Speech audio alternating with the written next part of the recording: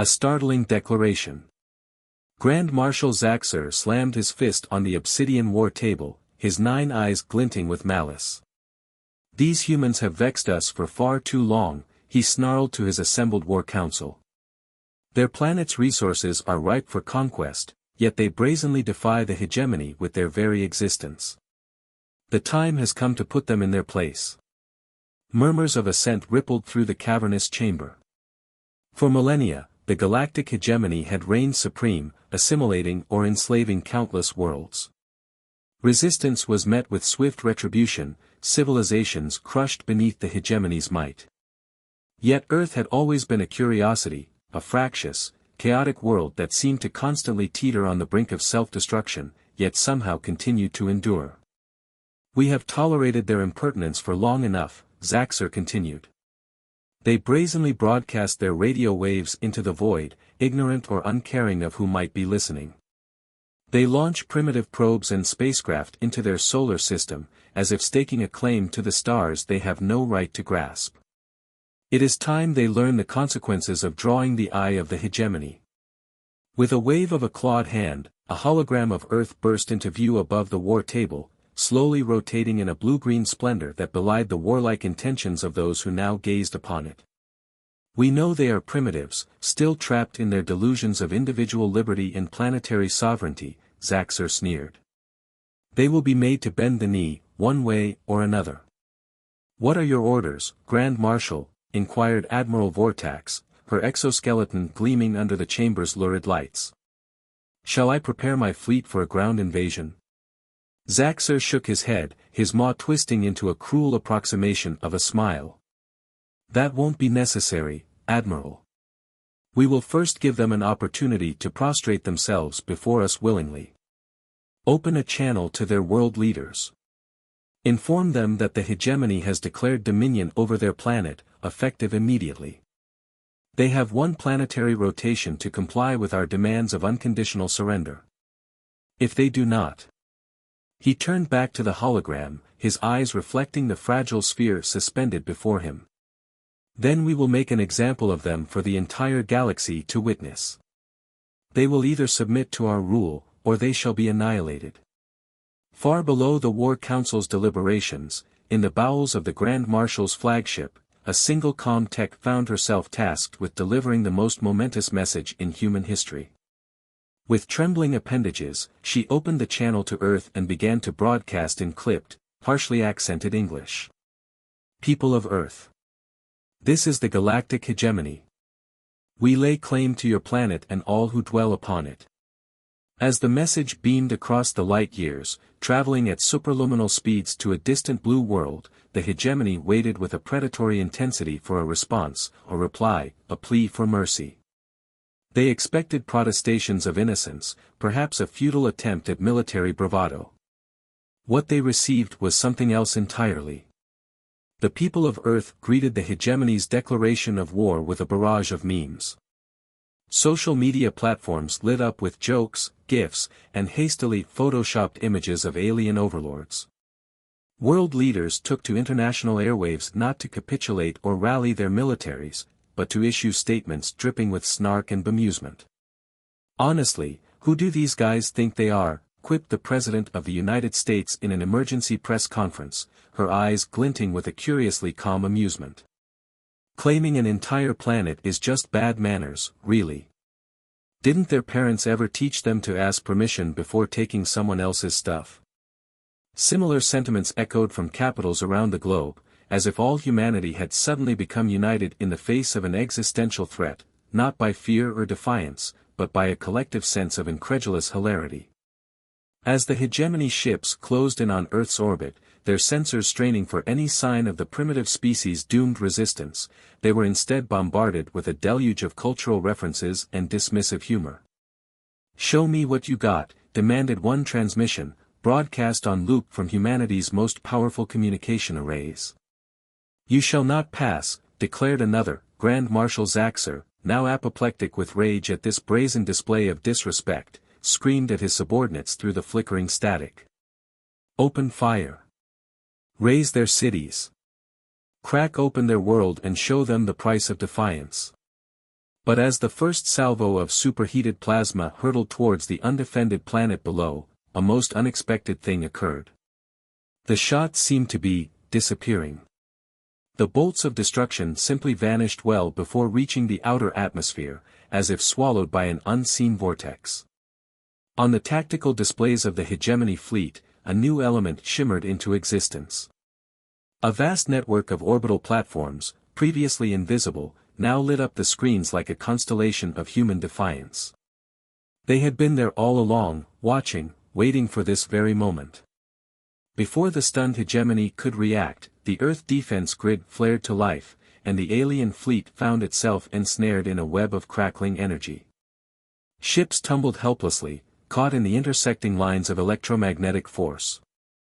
High-yield plasma warheads, previously hidden in hollowed-out asteroids, painted the void with silent blooms of fire, gutting the hegemony ships with ruthless efficiency.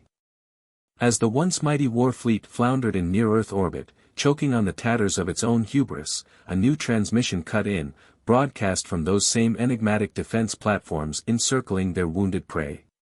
"You boys look like you're having some trouble up there. Maybe take a few minutes to collect yourselves before we continue this little chat. Oh, and while you're at it, go ahead and Google Dunning-Kruger effect. Might be enlightening. We'll wait." The transmission cut out, leaving the hegemony forces drifting impotently above a deceptively serene blue world, their dreams of easy conquest shattered beyond repair. Ancient doctrines of galactic warfare, honed over millennia of unbroken supremacy, crumbled to dust in the face of a species that wielded memes and microwave lasers with equal aplomb. Humanity, it seemed, was not quite the pushover the hegemony had assumed. As the battered alien fleet struggled to regroup, the humans far below allowed themselves a brief moment of celebration. For they had known this day would come. And they had planned accordingly. But this was only the beginning of Earth's snarky, eccentric, and utterly unorthodox defense, a defense that would soon shake the very foundations of galactic order. As the hegemony fleet reeled from the shocking revelation of Earth's orbital defenses, a new transmission from the blue planet flickered to life on their viewscreens. The face that greeted them was not that of a grizzled general or a stern-faced politician, but rather a young woman with mischief dancing in her eyes, her electric blue hair pulled back in a messy bun. "Hey there, space invaders," she chirped, waving at the camera with a casualness that bordered on insolence. "I'm Zoe, and on behalf of the people of Earth, I'd like to welcome you to our little corner of the universe. Sorry about the rough reception, we just wanted to make sure we had your attention." Grand Marshal Zaxxer, his pride still smarting from the unexpected rebuff of his invasion force, leaned forward in his command chair, his 9 eyes narrowing in undisguised malice. "You dare mock us, human? You think your pitiful defenses will save you from the wrath of the hegemony?" Zoe tilted her head, an impish grin playing at the corners of her mouth. "Oh, those? That was just our way of saying hello. We didn't want you to think we were ignoring you, after all. But enough about us, let's talk about you. Specifically, let's talk about your ships." With a flick of her wrist, a holographic display materialized beside her, showing a detailed schematic of a hegemony battlecruiser. "Now, correct me if I'm wrong, but it looks like your ship's hulls are made of a ferromagnetic alloy, right? I mean, it's a classic choice for space-worthy vessels, strong, durable, and great at deflecting cosmic radiation. But the thing is..." Her smile widened, taking on a distinctly feline quality. "It's also really, really fun to play with." As if on cue, a new wave of energy surged from the Earth's defense grid, washing over the hegemony fleet in a cascading pulse of electromagnetic force. The ships shuddered and lurched, their own hulls betraying them as the human weapons seized control of their very molecular structure. Amid the chaos, a new element entered the fray. From the dark side of Earth's moon, a swarm of small, agile craft burst forth, racing towards the stricken hegemony vessels with impossible speed and grace. At first glance, they looked almost comical. Their designs were modeled after the domesticated predators of Earth, all sleek feline curves and loyal canine sturdiness. But as they closed in on their targets, the true nature of these robo-pets became terrifyingly clear. The robotic cats, each no larger than a typical Earth house cat, swarmed over the paralyzed ships, their diamond-tipped claws finding purchase in the tiniest of hull breaches. With surgical precision, they began to carve into the battlecruiser's armor, peeling away the layers of advanced alloy like a child unwrapping a gift. The robo-dogs, meanwhile, took a more blunt force approach. Equipped with specialized electromagnetic pulse generators, they bounded across the hulls of the hegemony vessels, marking their territory with localized EMP bursts that fried delicate systems and left the ships floundering in the void. In the heart of the hegemony flagship, Grand Marshal Zaxxer could only watch in disbelief as his fleet was systematically dismantled by what appeared to be a horde of mechanical housepets. "This is impossible," he sputtered, his claws gouging furrows into his command chair. "Our intelligence indicated that Earth was a primitive backwater, centuries away from achieving this level of technology." Zoe's face reappeared on the view screen, her expression one of mock sympathy. "Ah, did someone get their intel from a bunch of low-budget sci-fi movies? I hate to break it to you, Zax, can I call you Zax? But we've been on to you guys for a long, long time."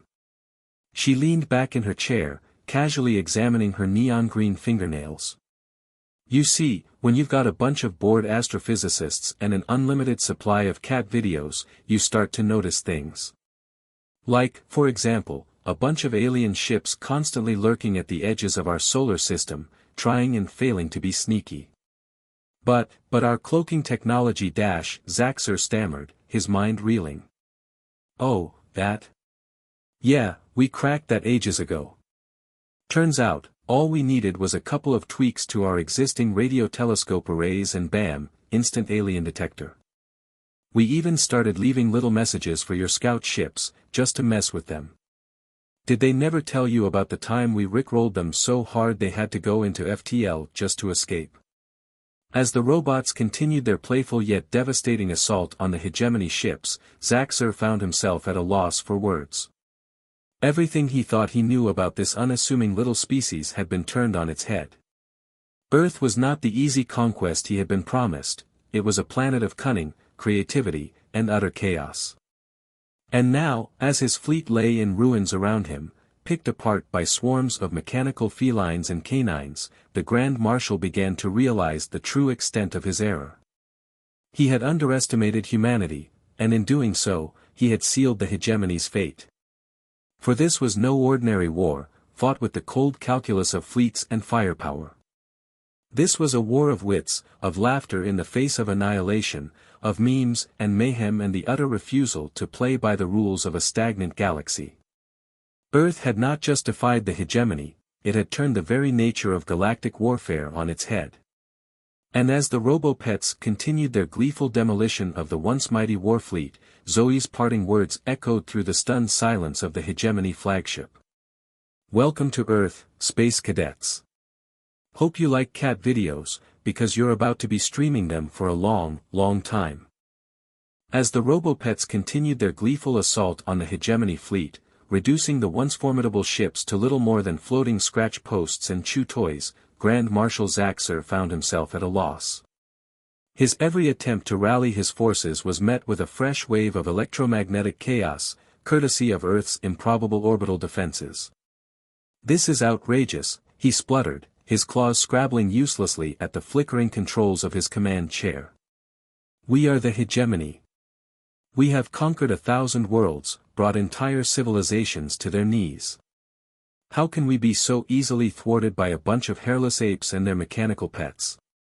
As if in answer to his rhetorical question, Zoe's face once again filled the view screen, her expression one of barely contained amusement.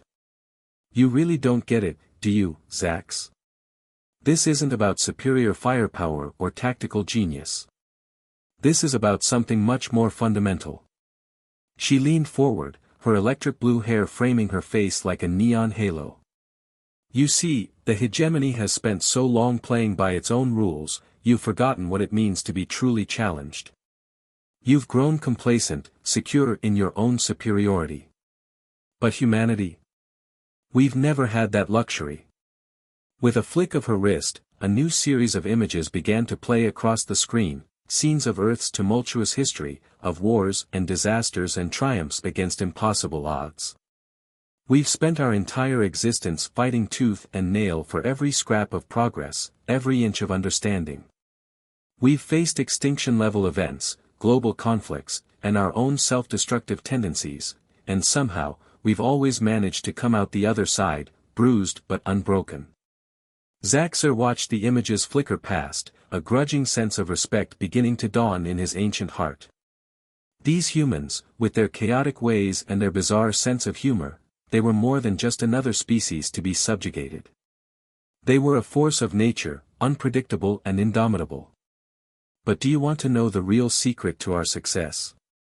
Zoe asked, her voice taking on a conspiratorial tone. It's not our technology, or our adaptability, or even our stubbornness in the face of adversity. No, our greatest strength is something far simpler, far more primal. She grinned, and for a moment, Zaxxer could have sworn he saw a hint of fong in that impish smile. We know how to laugh in the face of the abyss. We know how to find humor in the darkest of moments, to turn our own fears and foibles into sources of strength. And that, my dear Grand Marshal, is something the hegemony can never hope to conquer. As if to punctuate her point, a fresh barrage of memes and cat videos began to flood the hegemony's comm channels, overriding their attempts to coordinate a counterattack. Zaxxer watched in disbelief as his crew, the pride of the hegemony's military might, dissolved into fits of laughter and cooing adoration at the sight of Earth's adorable feline overlords.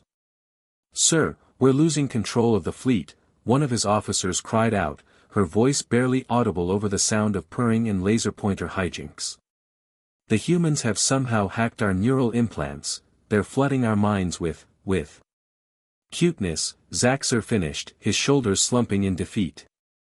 "They're weaponizing their own cultural artifacts against us. We never stood a chance."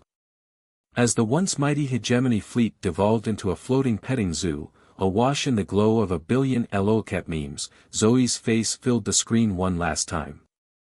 "Oh, and just to add insult to injury, we've also taken the liberty of signing you up for a few dozen streaming services. I hope you like reality TV, because you're about to be billed for a lot of it." With a wink and a blown kiss, Zoe signed off, leaving Zaxxer to contemplate the magnitude of his defeat. The hegemony had come to Earth expecting an easy conquest, a primitive species ripe for subjugation. Instead, they had found a planet of mad geniuses and chaos wranglers, a species that laughed in the face of annihilation and turned memes into weapons of mass distraction. As the last of his ships succumbed to the inexorable pull of the Earth's cultural gravity, Zaxxer could only marvel at the sheer, unmitigated gall of these humans. They had not just defeated the hegemony, they had turned the very concept of galactic warfare on its head, replacing plasma cannons and phase shields with cat videos and snarky tweets.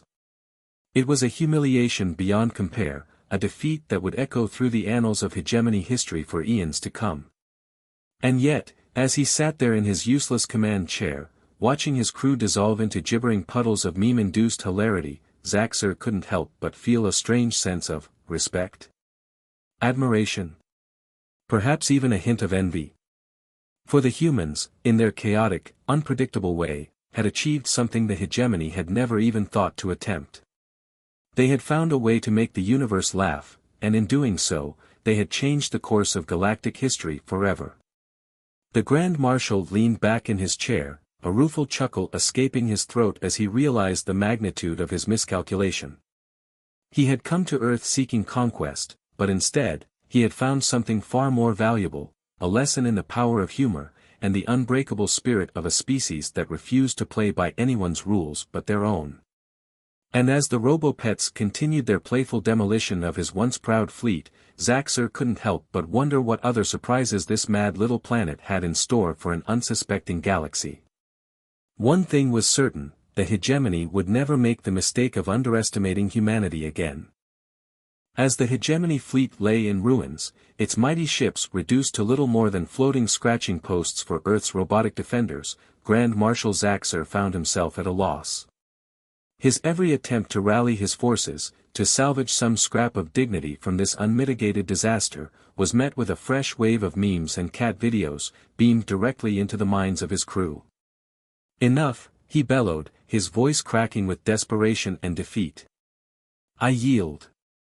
I yield, damn you." As if in response to his plea, Zoe's face once again filled the view screen, her expression one of mock sympathy. "Ah, what's the matter, Zax? Not having fun anymore? And here I thought you hegemony types were all about the thrill of conquest." Zaxxer slumped in his chair, his once proud bearing reduced to a posture of utter resignation.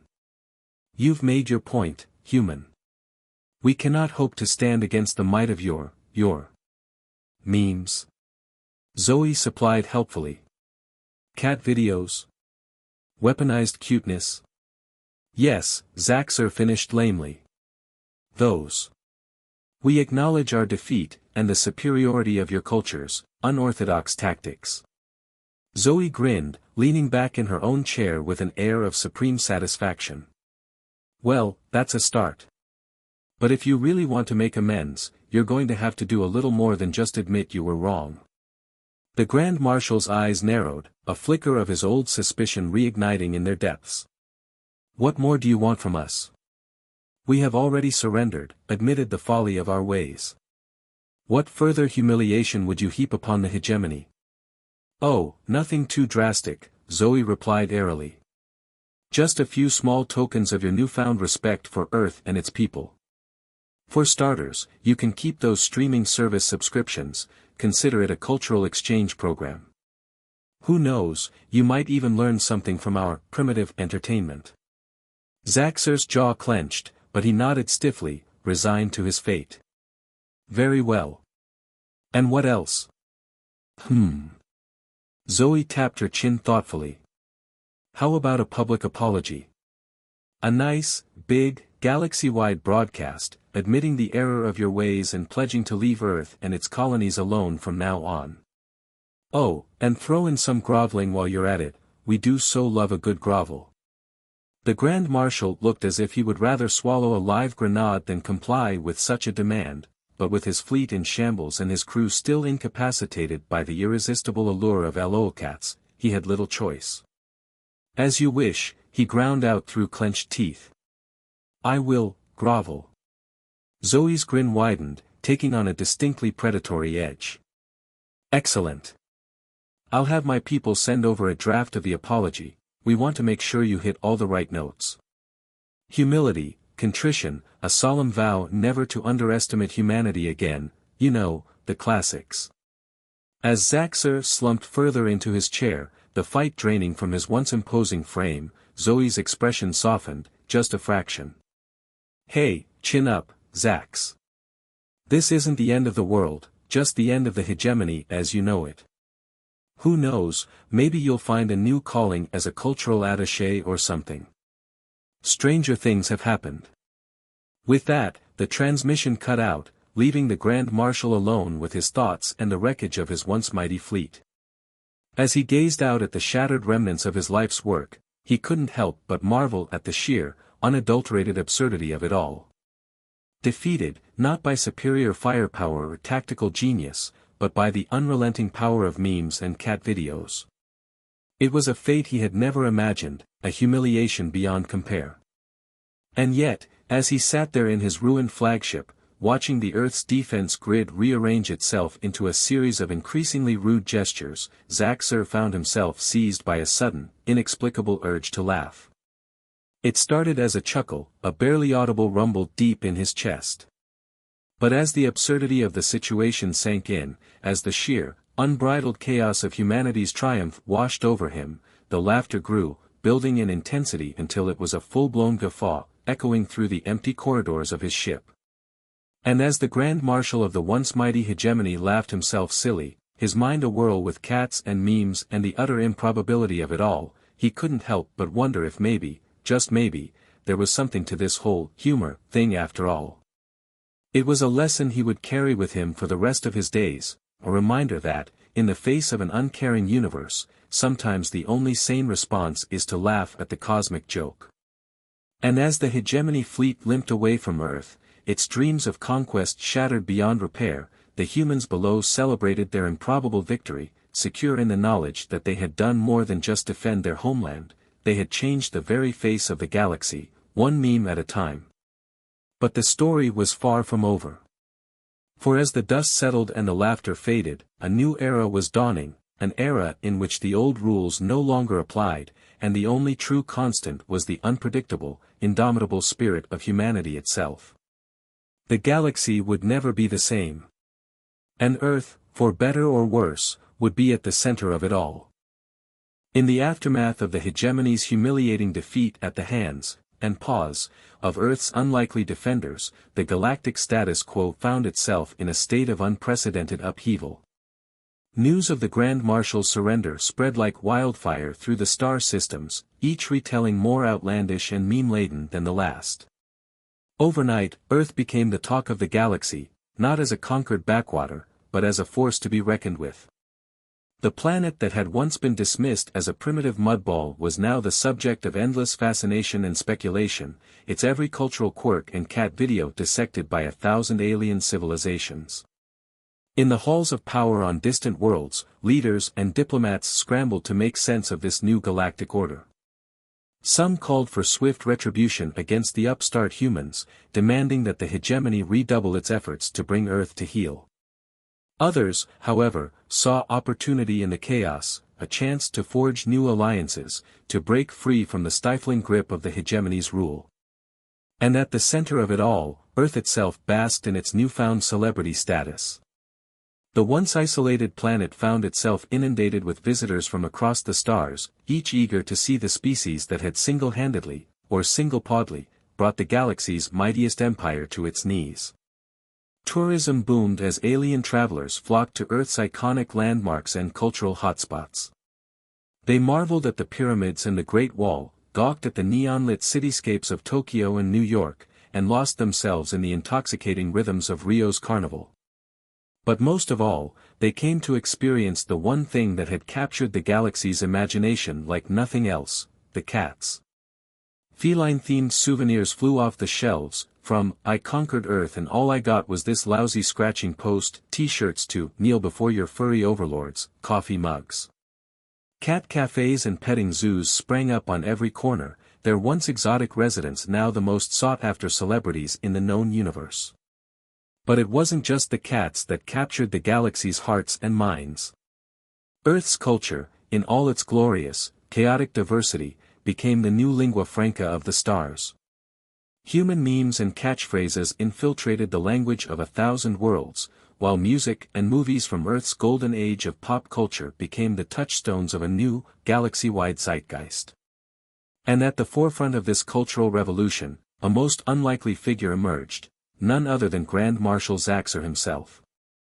In a twist of fate that could only be described as peak humanity, the once fearsome leader of the hegemony found himself a changed being in the wake of his defeat. Embracing the absurdity of his new reality, Zaxxer reinvented himself as the galaxy's premier ambassador of Earth culture. His streaming channel, The Grand Marshal's Guide to the Galaxy, became an instant sensation, drawing billions of viewers from across the stars as he explored the wonders and weirdness of human civilization. From his first, fumbling attempts at playing Fortnite to his deep, philosophical musings on the nature of the cheeseburger, Zaxxer's journey of cultural discovery captivated the galaxy. And as he delved deeper into the richness and complexity of Earth's history and art, he began to understand the true power of the species he had once sought to conquer. For humans, he realized, were more than just a collection of memes and cat videos. They were a testament to the unbreakable spirit of life itself, a species that had faced the void and the unknown with equal parts humor and courage, that had stared into the abyss and cracked a joke at its expense. And as Earth took its place among the stars, not as a conquered world but as a beacon of resilience and creativity, Zaxxer knew that the galaxy would never be the same.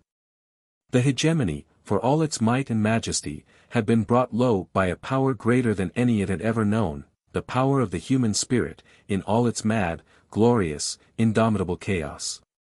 The age of the hegemony was over. The age of humanity had just begun. And as the laughter and the memes echoed across the stars, the galaxy held its breath, wondering what wonders and absurdities this strange, remarkable species would unleash upon the cosmos next. One thing was certain, the universe would never be boring again. And that, in the end, was the greatest gift Earth could have ever given to the stars.